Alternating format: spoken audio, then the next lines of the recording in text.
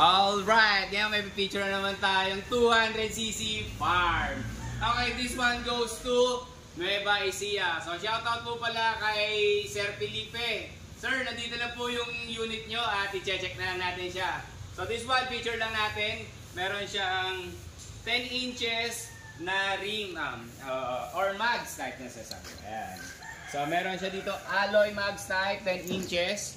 Yan, 4 studs. At the same time, kagandahan sa kanya naka-projector lamp. Yan, may projector lamp, signal light, siyempre. And at the same time, meron tayong side mirror dito.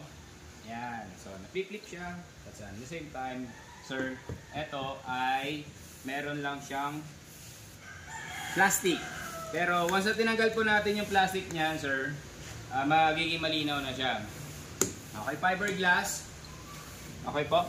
Tapos, tignan natin dito, meron tayong passenger side. Meron siyang seat belt. Then, fully automatic. Yan, fully automatic. Forward, neutral, and reverse lang po siya. Okay, pakita naman natin tong monitor natin. Ito po siya yung monitor. Yan, nakikita natin yan. So, may blue na light siya once na nakailaw. Yan. Okay, ngayon naman, try natin yung kanyang mga lights para sa signal light and headlight. So, headlight muna tayo. Headlight. Go and high. Then, signal light to my right and to my left. Okay. Then, busina. Yan. Okay, forward po tayo. Start natin siya.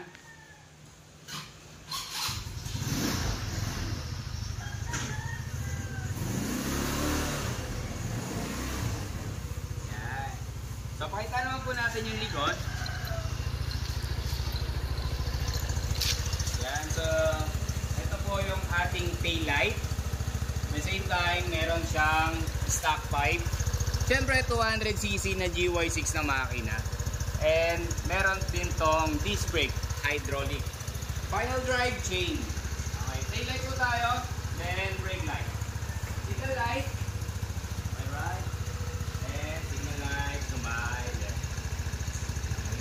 So try po natin yung reverse.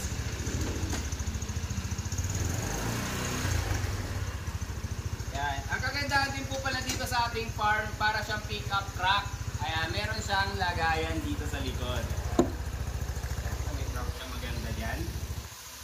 Okay po. Alright, so sa lahat po ng nagnanais na magkaroon ng ganitong klaseng unit, pwede nyo po kaming i-call sa screen na may kita nyo dyan. Yan, sa number po na yan. And thank you uli sa lahat po ng nanonood. And thank you, Sir Felipe, sa paggabi.